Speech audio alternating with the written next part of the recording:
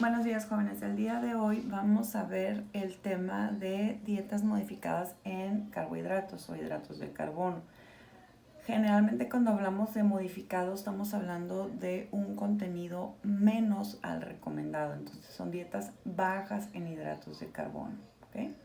Entonces la dieta baja en hidratos de carbono es una herramienta nutricional muy útil para el tratamiento de diferentes patologías, desde el sobrepeso, la obesidad, la diabetes mellitus tipo 2, el EPOC y la epilepsia.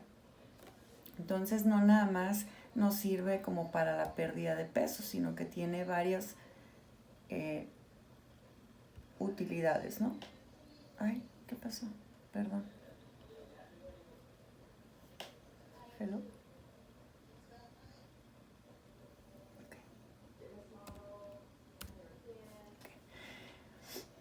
Entonces, como les mencionaba, están diseñados para el tratamiento de múltiples patologías como la epilepsia, la diabetes mellitus, el EPOC, el sobrepeso, la obesidad, síndrome metabólico, etc. Y esto es con el fin de utilizar los lípidos que están almacenados como sustrato energético. Por aquí viene un video, pero no creo que se pueda ver bien. Para que lo pongan ustedes en su presentación, es cómo metabolizamos los hidratos de carbono. Hola. Ay, no sé qué está pasando. Entonces estas son las indicaciones, ¿no?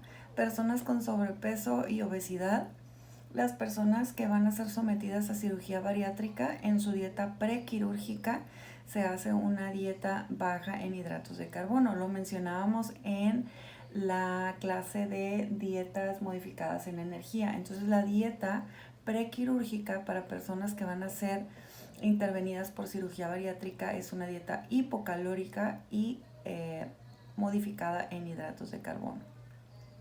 Personas con diabetes mellitus, porque sabemos que los hidratos de carbono son los nutrientes que más impacto van a tener sobre la glucosa sanguínea y sobre la insulina. Entonces, si estos son los que más impacto tienen, pues limitarlos es lógico, ¿no? Y personas con epilepsia refractaria al tratamiento. Eso significa que son pacientes que aún con tratamiento anticonvulsivo siguen teniendo estos eventos, estas convulsiones. Generalmente son niños, se les empieza su dieta desde una edad muy temprana cuando se ve que no responden al tratamiento, y los niños se mantienen con esta dieta de manera adecuada, ¿no? Porque el exceso de grasas va a ayudar al recubrimiento de los nervios, a la mielina, para que tenga una mejor conducción eléctrica.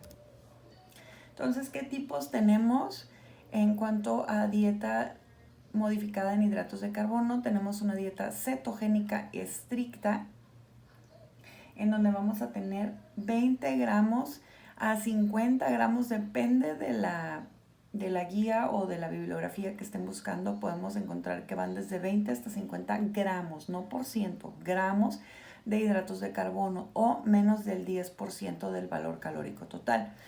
Vamos a tener una distribución de proteínas entre 20 y 25%, y el lípido va a ser el nutriente dominante. Este va a ser en un 70% del valor calórico total. Esa es la dieta cetogénica estricta, y es cetogénica porque nos va a formar, o en esta dieta, con esta dieta, los cuerpos cetónicos, que son un producto del metabolismo de los lípidos, y esos cuerpos cetónicos van a estar en sangre, en todo nuestro organismo, y van a ser los que van a ser fuente de energía. Después tenemos una cetogénica moderada, o una dieta baja en hidratos de carbono, que va con un contenido de hidratos de carbono desde el 26% hasta el 40%.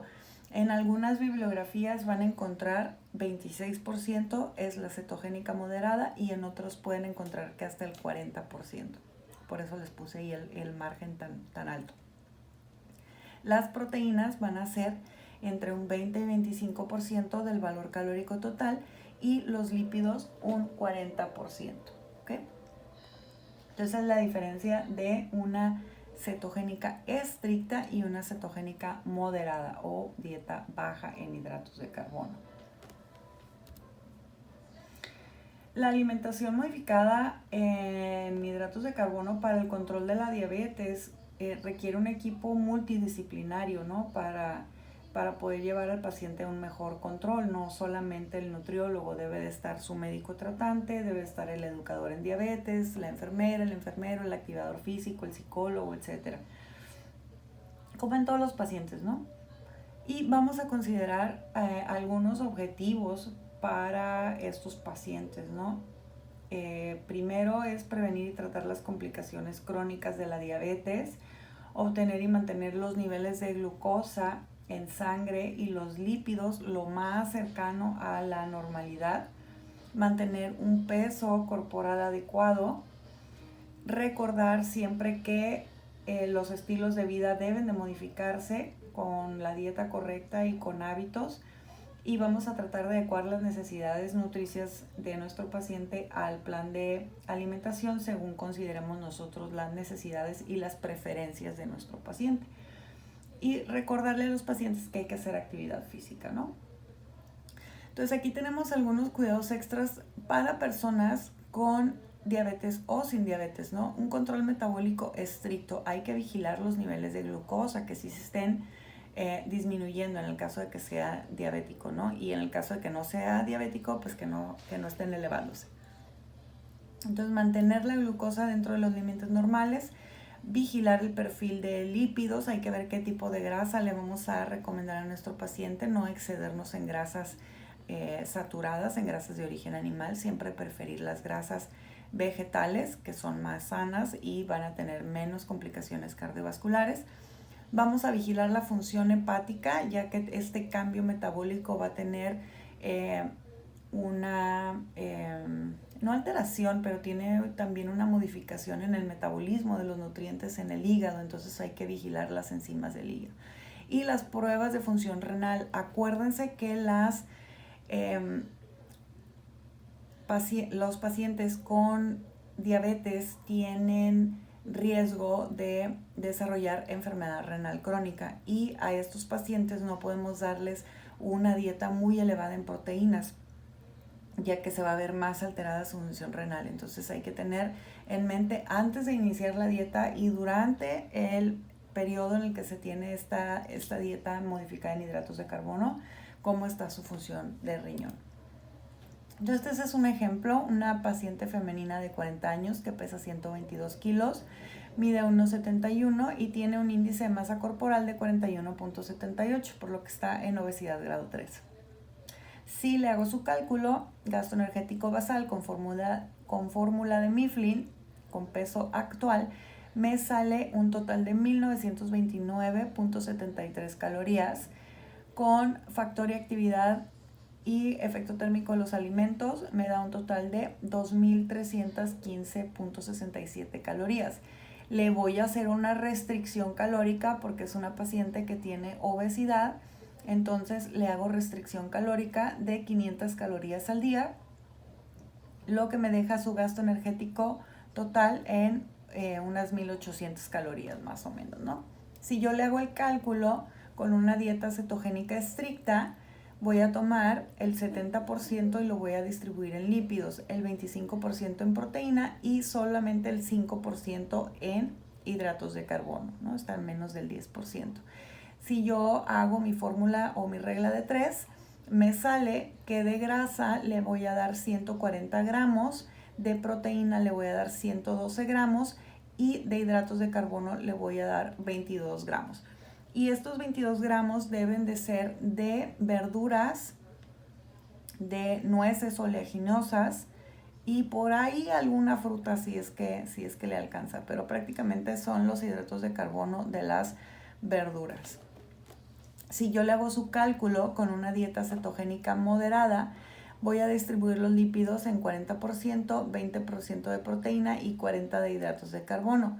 De lípidos le corresponden 80 gramos, de proteína 90 gramos y de hidratos de carbono 180 gramos. Entonces pueden utilizar la fórmula que más les convenga o la distribución de macronutrientes que más les convenga según el tipo de paciente con el que van a estar trabajando.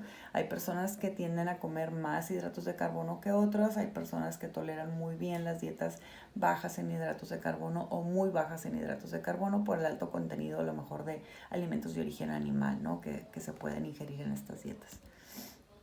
Entonces, como les mencionaba, estas son las metas o los fundamentos para utilizar las dietas modificadas en hidratos de carbono, sobre todo en pacientes que tienen síndrome metabólico, diabetes, obesidad, dislipidemia, etcétera, ¿no? Entonces, prevenir y tratar las complicaciones propias de la patología, control de glucosa y de lípidos, mantener el peso corporal adecuado, modificación de estilos de vida y aumentar la actividad física diaria. ¿Okay?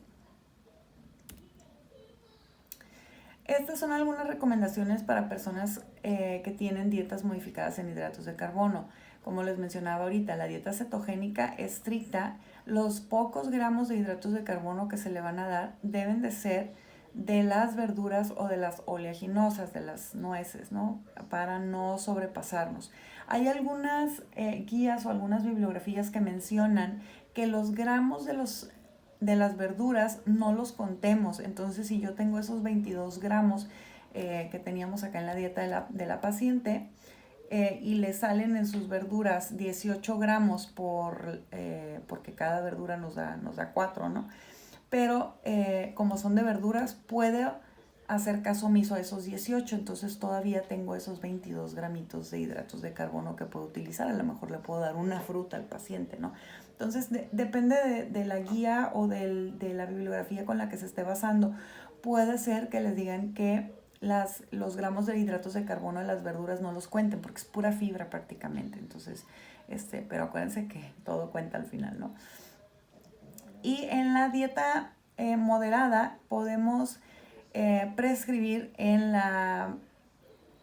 cuanto a hidratos de carbono, tortillita de maíz o de nopal, tostaditas horneadas, arroz integral o quinoa, leguminosas y verdura y fruta con cáscara. Entonces depende del tipo de dieta, es el tipo de alimentos que van a dar. Generalmente en la dieta cetogénica estricta pues no van a dar lácteos, no van a dar cereales y tubérculos, no van a dar leguminosas, nada que nos pueda dar un alto contenido de hidratos de carbono, ¿no?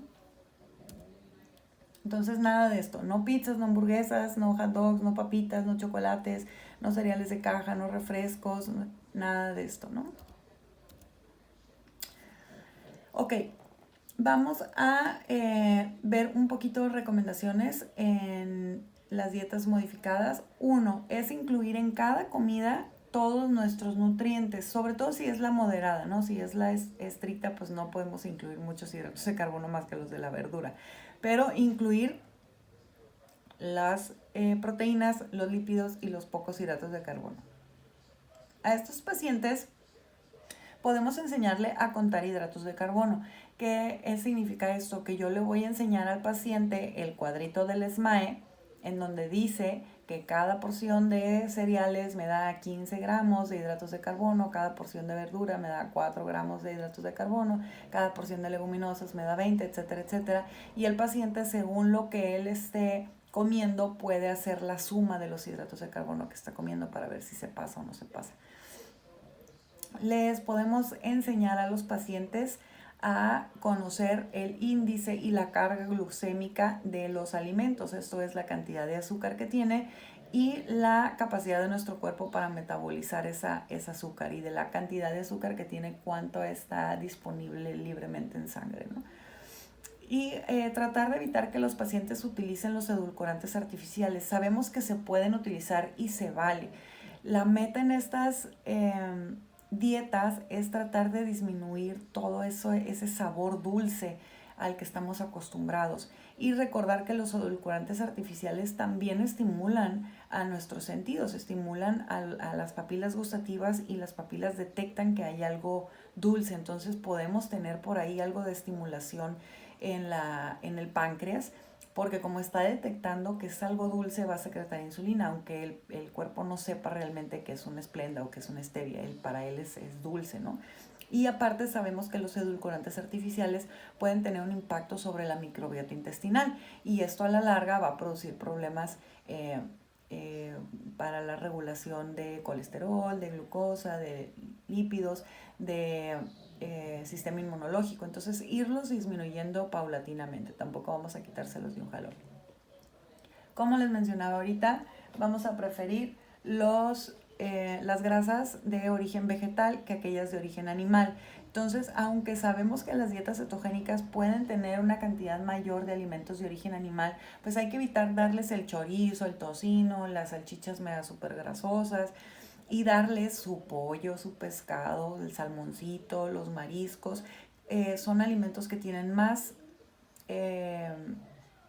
menos cantidad de grasa saturada, y esas grasas, esos gramos de grasa, dárselos de aguacate, de crema, de aceites, para que tengan una mayor cantidad de grasas vegetales que de animal. Acuérdense que las grasas de origen animal son las grasas saturadas y son las que vamos a tener, que se van a pegar ahí en las arterias, ¿no? Son las que están relacionadas con las enfermedades cardiovasculares. Vamos a tratar de fomentar el uso de hierbas, especias naturales y limitar la ingesta excesiva de sal. Acuérdense que las personas con síndrome metabólico, generalmente sobrepeso, obesidad, también van a tener hipertensión, y la hipertensión tiene una modificación en su dieta en donde se limita el exceso de sal. Entonces no les vamos a decir que quiten la sal y que cocinen insípido y que no le pongan nada de sal a sus alimentos, pero no queremos sal agregada, ¿ok? Y limitar obviamente el consumo de alcohol, ¿no? Lo que no le gusta a nadie, pero pues hay que hacerlo porque son calorías vacías. En muchas ocasiones pues la cebada, la cerveza son hidratos de carbono, entonces hay que tratar de evitarlos. Eso fue dietas modificadas en hidratos de carbono. Vamos a ver ahora el plan de alimentación modificado en lactosa. La alimentación libre en lactosa, pues la vamos a utilizar en personas que presenten sintomatología de intolerancia, ¿no? Flatulencias, dolor abdominal, diarrea, que estén asociados a la ingesta de productos que contengan lactosa, ¿no? La lactosa sabemos que es un azúcar que está en la leche, es un hidrato de carbono, pero no solo está en la leche entera, está en la leche evaporada, en la leche condensada, en los quesos, en el yogurt, etc. Y también puede estar en algunos alimentos donde se utilice la leche para su preparación, como productos de panadería, pan dulce, galletitas, cereales procesados, sopitas instantáneas, margarina, algunas salchichas, embutidos pueden tener productos lácteos, aderezos para ensalada, etcétera, etcétera. Entonces no nada más es quitar la leche, no es quitar todos los alimentos que tengan o que estén preparados con lactosa. Entonces la lactosa es un azúcar que viene en estos productos lácteos y que debe en nuestro intestino, como vemos aquí en la imagen, deshacerse o desunirse. La lactosa es un disacárido, o sea, es un azúcar de 2 moléculas, y en nuestro intestino se separa por una enzima que se llama lactasa. ¿Okay? La lactasa es una enzima específica para este disacárido. Entonces llega la lactasa y rompe a la lactosa en 2 monosacáridos para que se puedan absorber. Los va a romper en galactosa y en glucosa. Entonces ya como monosacáridos estos azúcares pueden ser absorbidos. Las personas que tienen una intolerancia a la lactosa, lo que está sucediendo en su cuerpo es que no tienen suficiente enzima lactasa. Entonces no se puede romper de manera adecuada este disacárido y va a andar por todo el intestino en forma de disacárido, entonces no se puede absorber y así va a llegar al intestino grueso, y en el intestino grueso, cuando llega esa lactosa, se va a fermentar por medio de las bacterias de la microbiota y eso va a producir gas. Entonces ese es el proceso por el cual se manifiesta la intolerancia a la lactosa. No es que seamos intolerantes, es que nuestro cuerpo no tiene la enzima suficiente para degradar al disacárido. Entonces esta lactosa va a viajar por todo el intestino delgado, va a llegar al intestino grueso, en donde se va a empezar a fermentar por las bacterias del colon, y esto va a producir gas y va a producir una serie de reacciones químicas que van a ser las responsables del cuadro clínico. Dolor, vómito, diarrea, flatulencia, etcétera, etcétera. ¿Okay? Entonces aquí tenemos otra imagen en donde vemos cómo llega la lactosa al intestino delgado y la lactasa lo separa en dos monosacáridos, una glucosa y una galactosa, y estos son absorbidos en la pared del intestino delgado. Entonces no llega al intestino grueso. Pero en las personas que no tienen suficiente lactasa, esta no se va a separar. Entonces llega al intestino grueso, y las bacterias de la microbiota van a empezar a fermentar, lo que va a producir gases, también se producen ácido, y esto va a hacer que se presenten los síntomas. Entonces algunas fuentes de lactosa, pues la leche, los quesos, el yogur, como ya les mencionaba, leche fresca, leche condensada, leche de cabra, leche evaporada, leche hidrolizada, leche en polvo, cremas, crema dulce, crema ácida, nieve, helado de leche, mantequilla, mayonesa, margarina, algunos quesos, etcétera, etcétera, ¿no?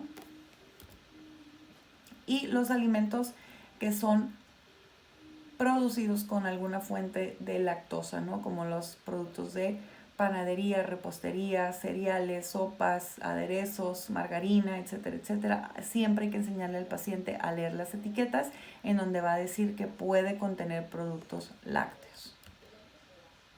¿Cuáles son las indicaciones de la dieta sin lactosa? Pues las personas que tienen hipolactasia, o sea, una disminución en la cantidad de lactasa que tienen, o la alactasia. Entonces podemos tener hipolactasia o alactasia congénita o genética, en donde hay algunas razas o algunas poblaciones que nacen ya con una ausencia de esta enzima, o podemos tener una intolerancia secundaria, y esto puede ser por irritación de la mucosa intestinal, por alguna infección que haya tenido la persona, alguna E. coli, alguna salmonelosis, en donde se compromete la mucosa del intestino, y eso hace que tenga una producción menor de lactosa después de la infección. ¿Okay? Y con el tiempo vamos produciendo menos lactasa, ¿eh? También tenemos es lo que es la intolerancia primaria, en donde con la edad vamos produciendo cada vez menos lactasa. Entonces por eso es común que escuchemos que yo antes toleraba muy bien, pero como que desde los 30, desde los 40, como que me empieza a doler el estómago después de que tomo leche, después de que como yogur. Y eso es porque normalmente vamos produciendo una cantidad menor de lactasa, ¿okay? Si a eso le añadimos a lo mejor una infección, podemos tener alguna intolerancia más severa. Entonces, consejos para las personas que van a llevar una dieta libre de lactosa: utilizar los productos deslactosados o que tengan añadida la lactasa. En muchas de las veces los productos que dicen deslactosados realmente no se les quita completamente la lactosa, lo que hacen es que se les añade la enzima, se añade la lactasa. Hay que enseñarle a los pacientes a leer las etiquetas y las listas de ingredientes. Pueden consumir la enzima, la lactasa, junto con los alimentos lácteos en caso de que vayan a comerse un pedazo de pastel de queso, un helado o algo así. Decirles que pueden tomarse una tableta de lactasa. Puede que le haga efecto, puede que no. Y probar la tolerancia a lácteos con probióticos. Estos son, acuérdense que son los bichitos que nos mantienen sanos, son las bacterias que están ahí en la microbiota, y a veces si tenemos sana nuestra microbiota podemos tolerar un poquito más. Y preferir los quesos maduros, que estos están ya con una cantidad menor de lactosa. Eso fue dieta modificada en lactosa. Ahora vamos a ver las dietas modificadas en fibra, ¿ok? Entonces, la fibra es un hidrato de carbono, es un polisacárido, es una cadena muy grande que no se digieren, no pueden ser degradados en el intestino. Entonces, así como entra en cadena completa, así pasa el intestino grueso. Entonces, son hidratos de carbono complejos, bueno, de cadena grande, que no pueden ser digeridos por las enzimas de nuestro intestino y por consecuencia no se van a absorber. Entonces pasan intactas por el intestino delgado y el intestino grueso, ¿no? Entonces sabemos qué es lo que va a dar volumen a nuestras heces y es lo que nos va a ayudar con el movimiento intestinal. Entonces se va a eliminar del cuerpo por medio de las heces. Entonces son fibras que no se digieren y así como entran, salen. ¿Okay? ¿Okay? Tenemos dos tipos de fibra, la fibra soluble, que significa que se disuelve en agua, y esta va a dar una forma como gelatinosa, tiene como una forma gelatinosa. Y tenemos que tiene sus beneficios para las personas con diabetes o con dislipidemia, pues reduce el colesterol total y el colesterol LDL. También es saludable para el intestino, mantiene la microbiota sana y nos evita las enfermedades cardiovasculares. Y también tenemos la fibra insoluble, entonces esta nos da movimiento, nos ayuda con la peristalsis y aumenta el volumen de las heces. Nos ayuda a desintoxicar, o sea, como que se le va pegando todo lo que va alrededor. Evita el estreñimiento, evita los problemas de obesidad y nos ayuda a prevenir algunas enfermedades del intestino grueso como el cáncer. Entonces es importante que utilicemos los dos tipos de fibra para nuestros pacientes. Una dieta alta en fibra, en donde estamos hablando que le vamos a dar a nuestro paciente entre 20 y 35 gramos de fibra al día o 10 a 15 por cada 1000 calorías, es de fibra total, que incluye a las dos, ¿no? La fibra soluble, la insoluble, una está en las cáscaras, en las pieles de las frutas, de las verduras, y otra está en lo de adentro, ¿no? Y a los niños darles la edad que tienen más 5, y esos son los gramos que les voy a dar de fibra a los niños. Si los pacientes no están acostumbrados a una dieta normal o alta en fibra, hay que írsela añadiendo poco a poco, no agregarle así los 30 gramos de fibra de la noche a la mañana, porque pueden tener síntomas intestinales, ¿no? Porque no está acostumbrado a tanta fibra. Entonces, ¿a quién le voy a dar la dieta alta en fibra? A todos. Bueno, a las personas sanas, todos debemos de consumir esa cantidad de fibra normalmente. Personas con diabetes mellitus, para ayudar a controlar su glucosa, su colesterol, su LDL. Personas con enfermedades cardiovasculares, angina, infarto, preinfarto. Y personas con dislipidemia, ¿no? Alto colesterol, altos triglicéridos. Prácticamente a todas las personas que tengamos algún dato o algún antecedente de enfermedad crónica en nuestra familia y que nos consideramos a lo mejor sanos, pues de una vez, ¿no? La fibra para prevenir. También en personas que tienen un antecedente familiar de cáncer de colon, las personas que sufren de estreñimiento, las personas que tienen enfermedad diverticular, eso lo van a ver en patología, y las personas que sufren de hemorroides. Entonces, prácticamente muchas personas tenemos una indicación muy amplia para las dietas altas en fibra, ¿no? El contenido de energía y de nutrientes es el mismo que en cualquier persona. Aquí no hay ninguna modificación. Lo único que vamos a hacer es escoger los alimentos que yo le voy a dar a mi paciente que sean los altos en fibra, ¿ok? Entonces acuérdense que si tenemos una cantidad muy excesiva de fibra, como pueden ver ahí en la diapositiva que dice más de 40 gramos al día, puede tener algo de deficiencia nutricional, porque esa fibra pues va a aumentar el movimiento intestinal, va a aumentar la peristalsis y no le va a dar tiempo a algunos elementos que se absorban. ¿Okay? Entonces zinc, magnesio, hierro, calcio, vitaminas liposolubles se pueden ir con la peristalsis aumentada. Entonces no queremos un exceso de fibra tampoco, ¿no? Tanto porque va a provocarle síntomas gastrointestinales al paciente, dolor, distensión, flatulencia, como porque a la larga podemos tener algo de deficiencia. Hay que adecuar la dieta en la cantidad de energía según la necesidad de nuestro paciente, puede ser normocalórica, hipocalórica o hipercalórica, y en la composición de macronutrientes según su padecimiento, si tiene diabetes, si tiene hipertensión, si hace ejercicio, si no hace ejercicio, eso ya pues lo sabe, ¿no? Cómo hacer la composición de los macros. Y los micronutrientes, pues valorar la suplementación según la condición física del paciente, si tiene alguna patología, si le hicieron alguna resección de intestino, si es paciente de cirugía bariátrica, etcétera, etcétera, valorar si le van a hacer una suplementación. Vamos a aumentar gradualmente los gramos de fibra, como les mencionaba, de 5 a 10 gramos por semana si no están acostumbrados a esta ingesta. Permitir que el tubo digestivo se adapte, se acostumbre a esa cantidad de fibra, ¿no? Entonces, para que no le vaya a dar diarrea, para no provocarle flatulencias o dolor abdominal o distensión. Hay que recordarle al paciente que aún con la ingesta de fibra tiene que tomar suficientes líquidos para que ésta se disuelva de manera adecuada. Si no toma agua, puede aumentar los síntomas.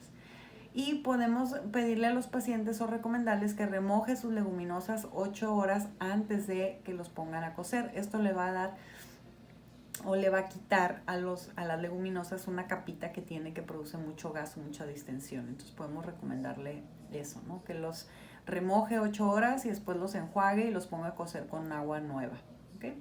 Y realizar ejercicio de manera regular. Acuérdense que esto va para todos. Y después tenemos la dieta baja en fibra. Esta es una dieta en donde vamos a darle menos de 20 gramos de fibra al día a nuestro paciente, y son para pacientes que no queremos que tengan un movimiento intestinal muy elevado, ¿no? Para personas con algún padecimiento gastrointestinal, diarreas crónicas, alguna gastroparesia diabética, que tenga un movimiento intestinal muy elevado, que esté evacuando 3, 4, 5 veces al día, ¿no? Para preparación para estudios diagnósticos, le podemos indicar una dieta baja en fibra para que no tenga movimiento intestinal, para no aumentar la peristalsis, y para preparación para cirugía de colon, ¿okay? En este caso, pues le vamos a dar a nuestro paciente aquellos alimentos que sean bajos en fibra. Los cereales que sean blancos, ¿no? Que sean los refinados sin fibra. Preparar las verduras y las frutas sin cáscara. Preferir aquellos con bajo contenido de fibra. Tomar jugos naturales pero quitarle la pulpa y eliminar las leguminosas. Y esto generalmente es por un tiempo limitado, ¿no? No es para todas las personas para un tiempo indefinido o a largo plazo. Esto generalmente tiene un límite, ¿okay? Entonces, esas fueron las dietas modificadas en hidratos de carbono, y probablemente por ahí les voy a mandar un casito clínico. Todavía no decido, pero espero haya quedado claro el video, y la clase ya comentada y ya con la participación de ustedes, pues vamos a tener un poco más de complemento en cuanto a material. Nos vemos en la que sigue.